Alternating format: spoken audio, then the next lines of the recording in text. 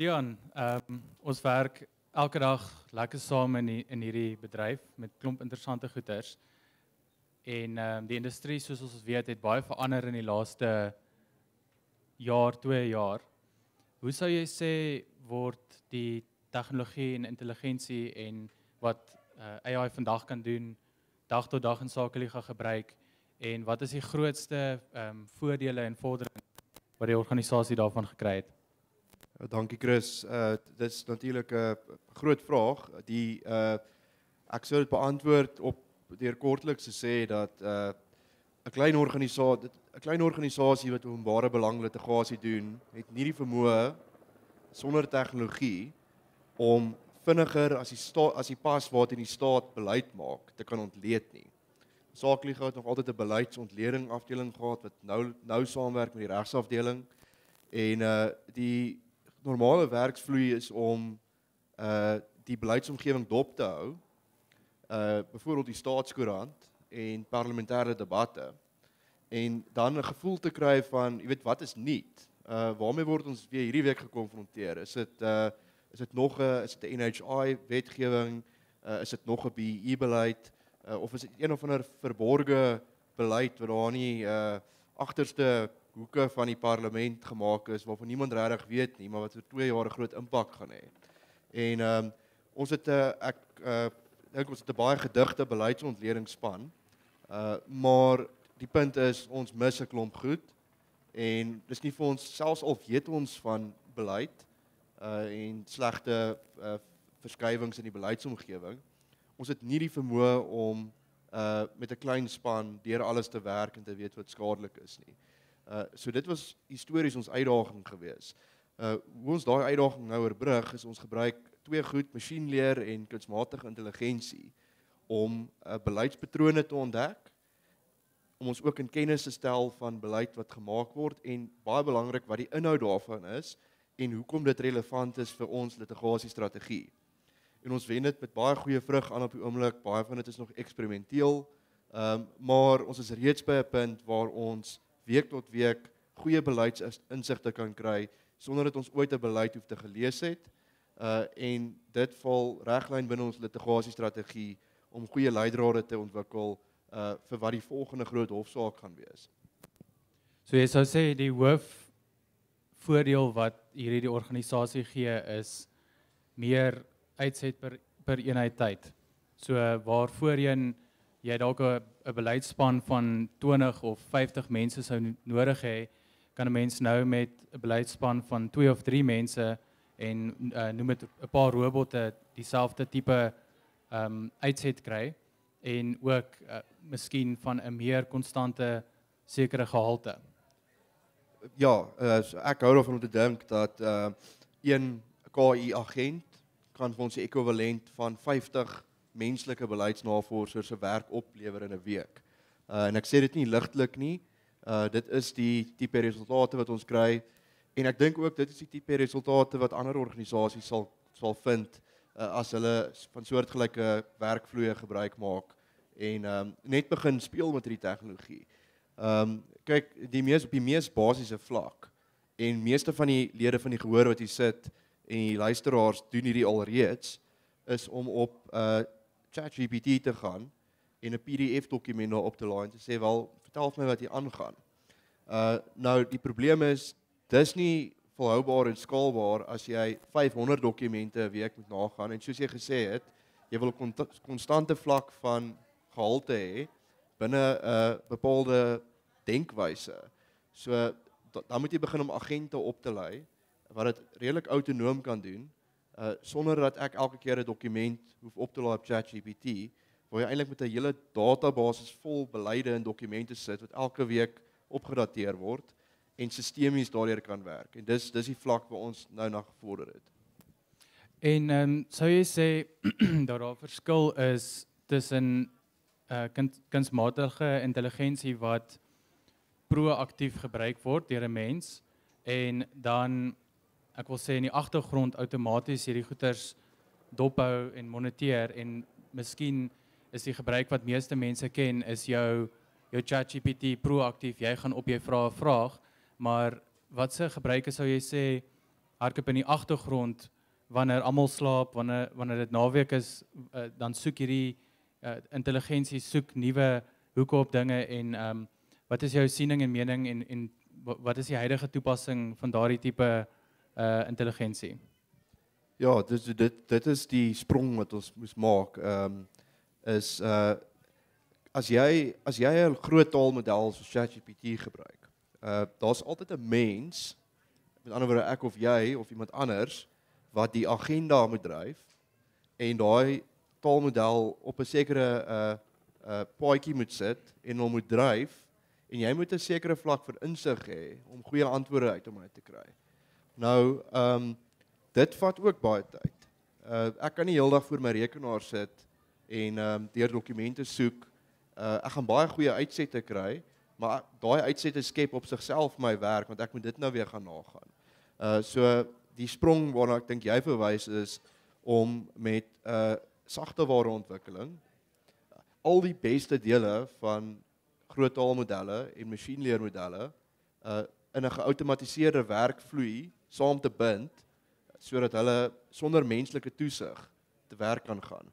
So dit kan iets so, net om dit prakties te maak vir die gehoor, dit kan iets so eenvoudig wees soos om binne die sagteware omgewing wat ons gebou het, wat 'n klomp verskillende stukkies gereedskap gebruik, soos 'n groot taalmodel, die vermoë om die internet te kan soek, die vermoë om deur databasisse met miljoene dokumente te kan soek, om binne daai omgewing 'n baie eenvoudige vraag te gee, is om te sê, watter nuwe BEE-beleide is op die agenda van die parlement op hierdie stadium. Hy hardloop van self, hy hardloop deur 'n klomp siklusse, en op die einde van die dag kom hy by 'n punt uit waar hy vir jou 'n verslag kan genereer en sê, hierdie is die beleide op die agenda van die parlement, hierdie is die persone wat daarbey betrokke is, hierdie is die persone by wie julle openbare kommentaar moet indien. En dan skryf hy sommer vir ons ook die openbare kommentaar. So dis 'n groot sprong van net ChatGPT gebruik binne 'n geïsoleerde konteks van 'n dokument na 'n sonder toesig werkvloei wat hardloop om bepaalde uitsette te genereer wat vir jou organisasie belangrik is. Ja, en ek dink dit is 'n baie groot ding wat verander het in die laaste tyd is om die uitset drasties, ons praat van in party dele van die industrie 50 tot 100 keer hoër te maak met dieselfde menslike hulpbronne. En in die regsomgewing kan 'n mens dit doen en jy kan amper half bepaal waarheen dinge gaan nog voor dit gebeur. Wat sou jy sê is die hoof uitset van hierdie tegnologie wat in die agtergrond om dit net vir die gehoor bietjie meer prakties te maak, wat is die uitset hiervan? So 'n klomp inligting word ingevoer, 'n klomp beleid word ingevoer, 'n klomp verskillende wat ook al, miskien kan jy net 'n paar voorbeelde bietjie meer prakties. Ja, goed. So ek dink almal in die gehoor is bekend met parlementêre debatte en wetskrifte en konsepwetgewing en kom ons dink daaraan as 'n groot masjien en aan die een kant voer ons vir hom hierdie beleide en hierdie parlementêre debatte en binne daai masjien is daar masjienleermodelle wat die eerste belangrike ding wat daai model doen is hy identifiseer wat ons noem entiteite. Nou 'n entiteit kan 'n wet wees, dit kan iets wees wat plaasgevind het. So byvoorbeeld, hy het die vermoë om uit volume van duisende dokumente vir my te sê, sonder dat jy hierdie dokumente hoef te gaan lees, hierdie is die wetgewende liggaam wat betrokke is, hierdie is die persone wat hierdie bepaalde stuk wetgewing dryf op die oomblik, en hierdie is die datums waarop belangrike gebeurtenisse plaasgevind het in verband met hierdie wetgewing. So daar is die uitset daarso en ons gee dan daai uitset vir 'n groot taalmodel saam met 'n klomp ander uitsette en sê vir hom iets so eenvoudig soos waar moet Sakeliga volgende litigeer. En 5 uit 10 keer gaan hy vir ons 'n baie sinvolle voorstel gee en die groot caveat natuurlik is 'n mens gaan nog steeds na daai uitset moet kyk en gesonde oordeel toepas. En ek wil net bietjie van die vrese besweer hierso rondom KI. As ons praat van modelle wat sonder toesig hardloop en ons kry uitsette, ons gaan dit nie vir soetkoek opeet nie. Daar's altyd 'n mens wat uitsette nagaan om te verifieer. Ons moet kruisverifiering doen met ons eie kennis en dit wat ons weet van die beleidsomgewing en ons moet onmoontlike resultate uitskakel.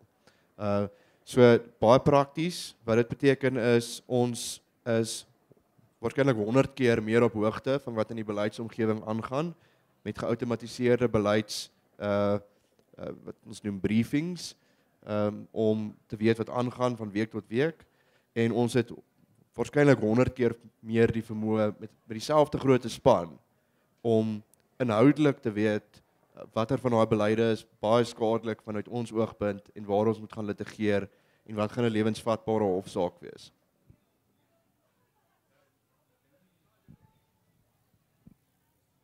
Interessante ding hiervan is dat baie van hierdie tegnologie is nie nuut nie. Die vermoë om groot volumes inligting deur te gaan sonder om alles te lees soos wat 'n mens sou, bestaan lankal.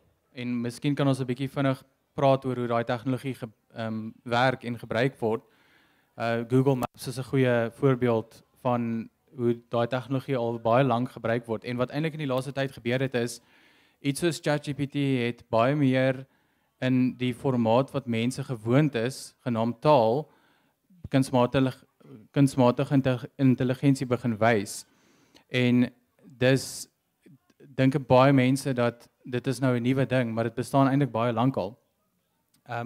Maar wat wel gebeur is hierdie modelle wat insette en uitsette vat en gebaseer op insette, uitsette vir ons kan voorsê in 'n manier, maak dit nou moontlik om nie net op die regsomgewing, maar ook in die sagteware omgewing toegang tot hierdie tegnologie te verkry en stelsels te bou wat voorheen nooit moontlik was nie. Byvoorbeeld groot data-analise sou jy dalk 'n PhD moes gaan doen om te verstaan, en nou kan enigiemand wat verstaan hoe om hierdie modelle mee te werk, kan nou daai tipe van goeders doen, en dis hierdie twee goeders bymekaar veroorsaak 'n baie interessante, kragtige kombinasie. So, vertel ons 'n bietjie van die verskillende tipe KI wat gebruik word, sonder om te tegnies te raak, vlugtig hoe dit werk, en ook, dink ek, miskien kan ons die rigting ook vat in die rigting, so dis baie in die regsomgewing, maar ook in die sagteware omgewing, wat maak dit moontlik en wat se nuwe vermoëns is nou moontlik weens hierdie tegnologie?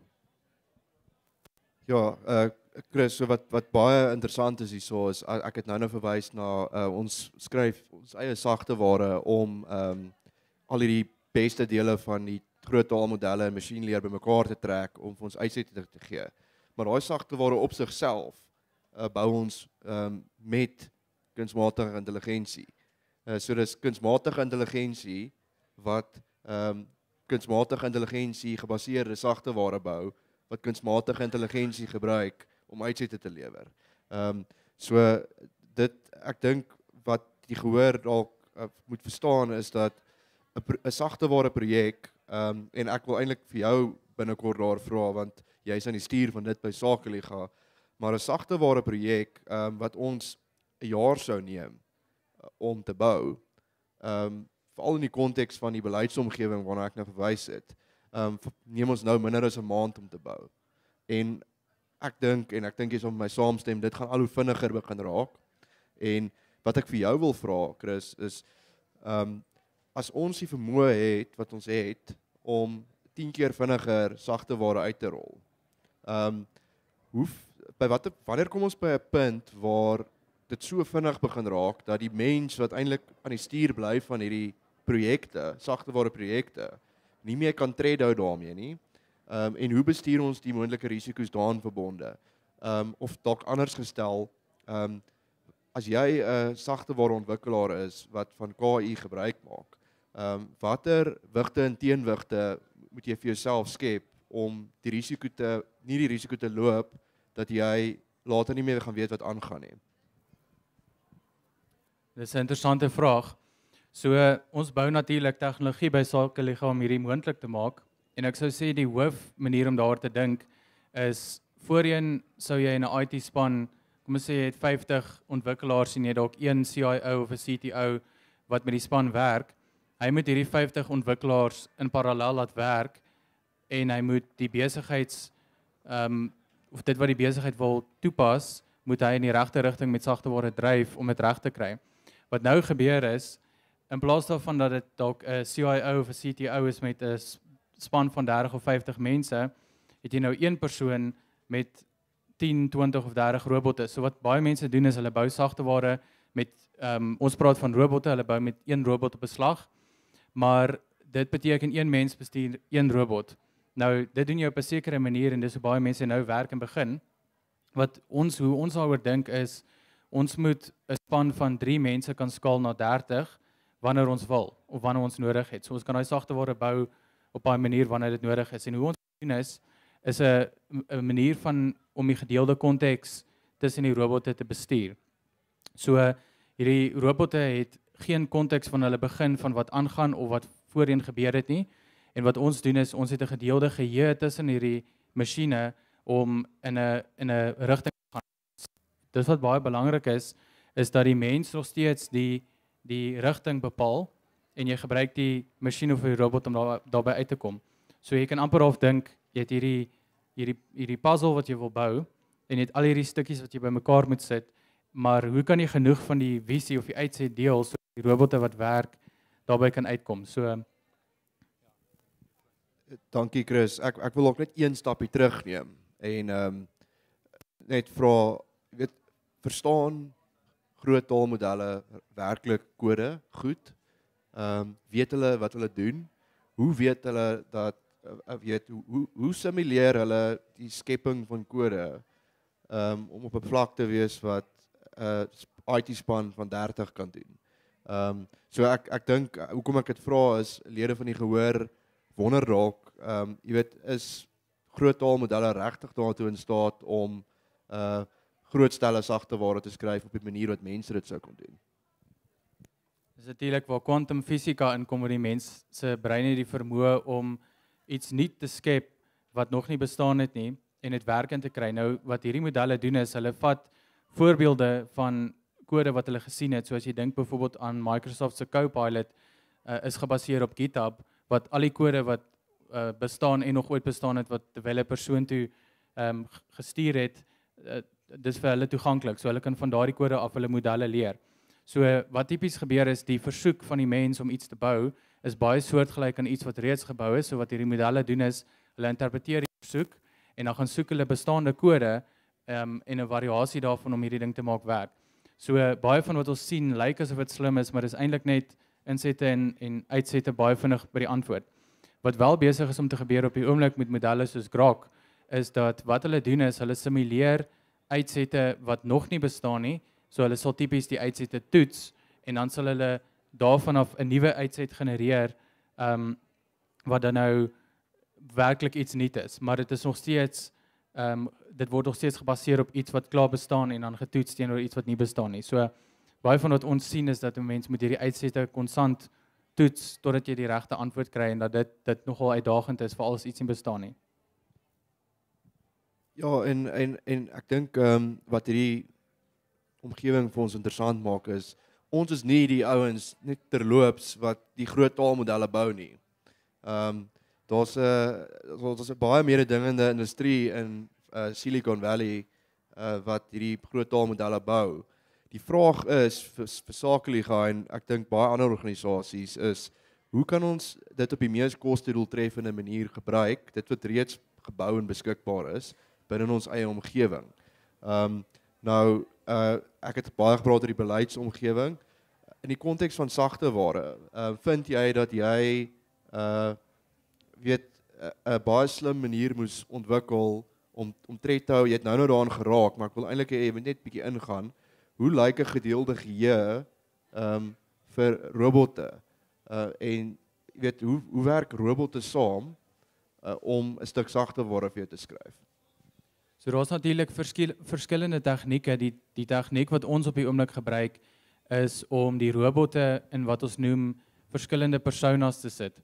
So wanneer die wanneer die robot met geen konteks begin werk, dan moet hy bepaal gebaseer op die vraag wat se konteks uit sy, noem dit nou maar onbeperkte konteksvenster, moet hy inbring om die vraag te interpreteer en te verstaan. So wat ons doen is, ons sal die robot met geen konteks begin en te sê, jy is 'n tegniese projekbestuurder en jy moet dink soos een, en dan sê ons ook hoe en wat se reëls en wat se besigheidsreëls en so. En ons as mens sal dan definieer waant ons die sagteware wil vat. Ons sal hierdie tegniese projekbestuurder kry om die sagteware af te breek in stukkies, kleiner stukkies wat sin maak en as jy hulle bymekaar sit dat hulle die stelsel vorm. En dan sal ons verskillende developer robotte vir wie ons dan sê julle is in daai persona kry om die sagteware te begin bou. En wat dan ook gebeur is, die robotte kill die reëls, so hulle bly nie by die reëls nie. So wat ons dan doen is 'n derde een om te sê hierso stel reëls hoe ons volgens werk en het die ontwikkelaar of die developer daai reëls gevolg en indien wel kan die kode aangaan in produksie en indien nie word kode teruggestuur en die fout moet eers reggestel word.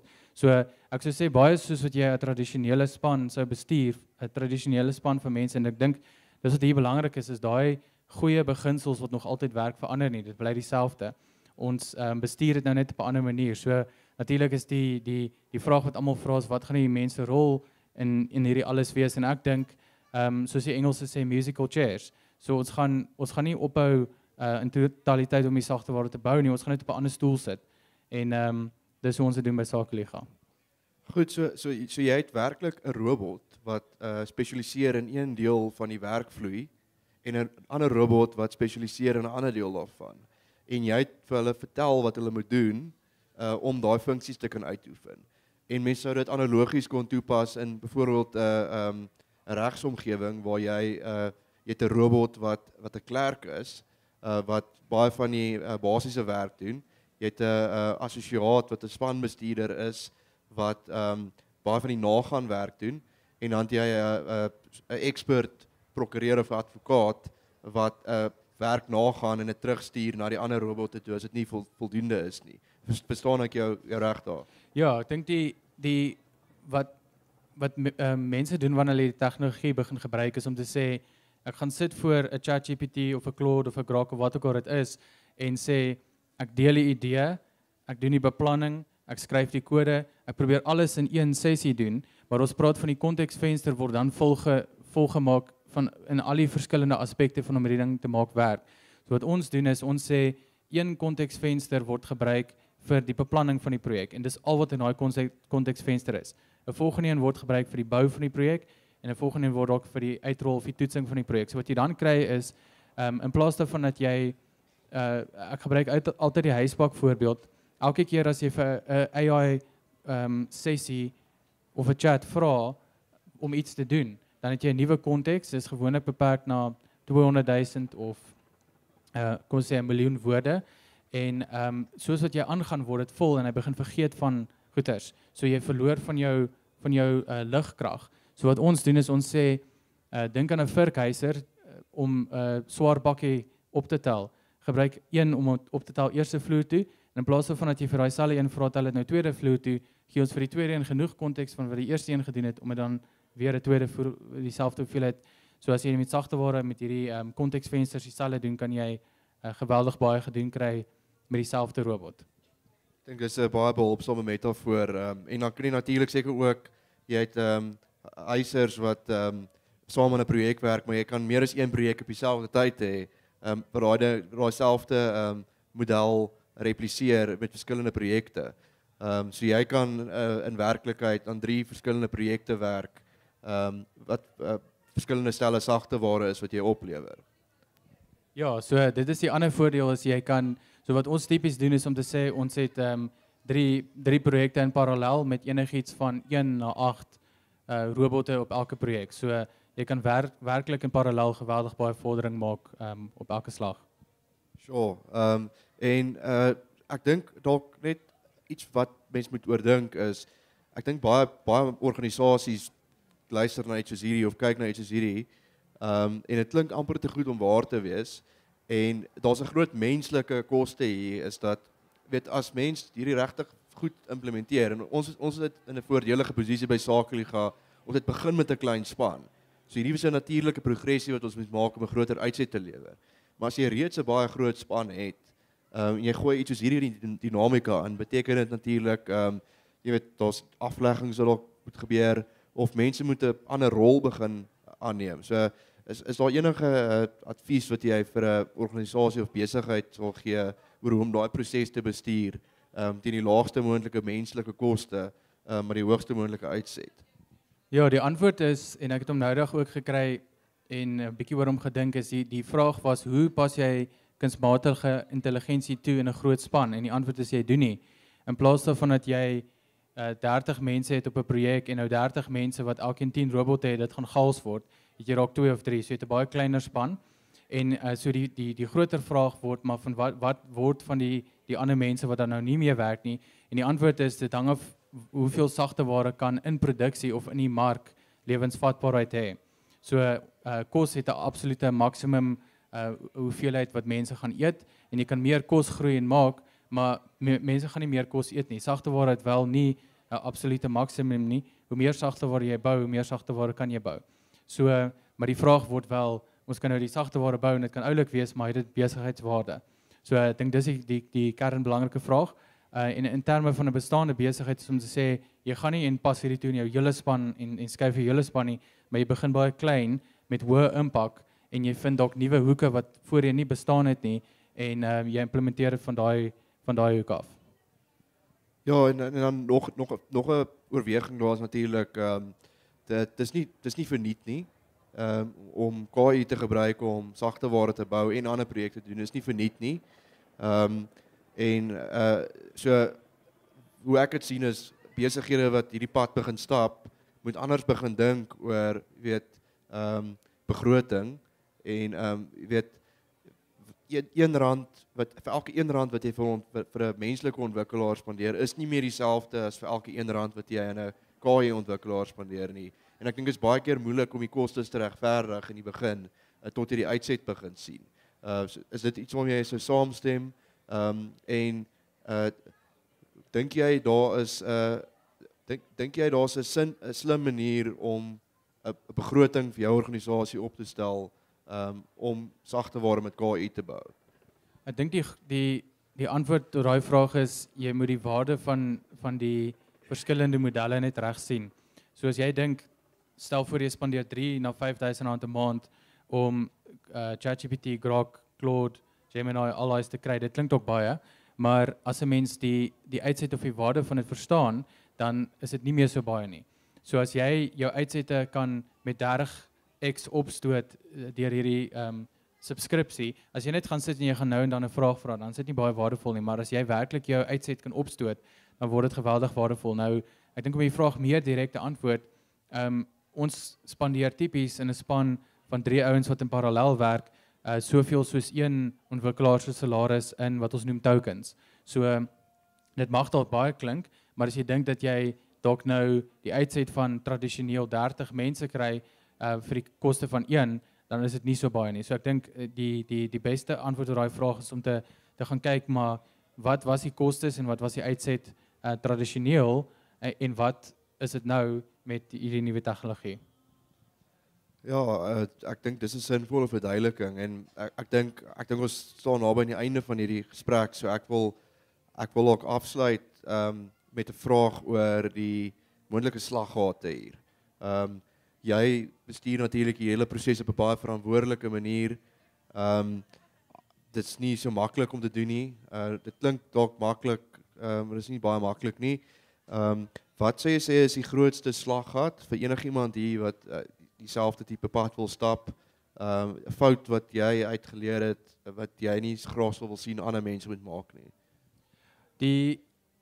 Elon Musk het 'n baie interessante algoritme met 5 stappe, maar die beginpunt is om alles te weg te vee wat jy nie nodig het nie, of alles te delete wat jy nie nodig het nie. Nou, omdat AI hierdie vermoë het en AI kyk na wat mense gedoen het, bou en skryf hy 'n klomp goeders wat glad nie nodig is vir waar die besigheid of die sagte ware nou is nie. So wat jy kry is, jy het hierdie vermoë om geweldig vinnig te bou, nou bou jy al hierdie kompleksiteit, maar dit vat nie eintlik die besigheid of die produk vorentoe nie.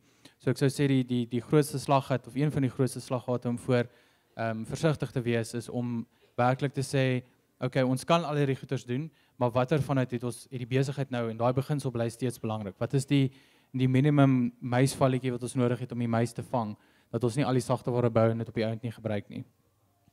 Ja, dankie Chris en ek sal ook net afeindig deur te sê en net om hierdie hele ding saam te vat is ek dink klein organisasies in hierdie land en ook elders ter wêreld het 'n groot uitdaging as jy in konflik staan met byvoorbeeld swak beleid in 'n omgewing soos wat ons is of as jy in 'n besigheidskonteks mededingend wil wees. Dis baie moeilik om mededingend te wees met 10 of 15 werknemers as daar ander rolspelers is wat honderde of duisende werknemers het in die konteks van die regering dat jy weet 'n triljoen rand, 2 triljoen rand begroting het. Ons het nou vir die eerste keer in menslike bestaan die vermoë om ten dele daai probleem te oorbrug met kunsmatige intelligensie om regtig mededingende voordele te bekom ongeag die grootte van jou organisasie. So ons is nou by 'n plek waar die grootte van jou organisasie en jou begroting minder saak maak as jou vermoë om met hierdie ontleikende tegnologie te kan werk.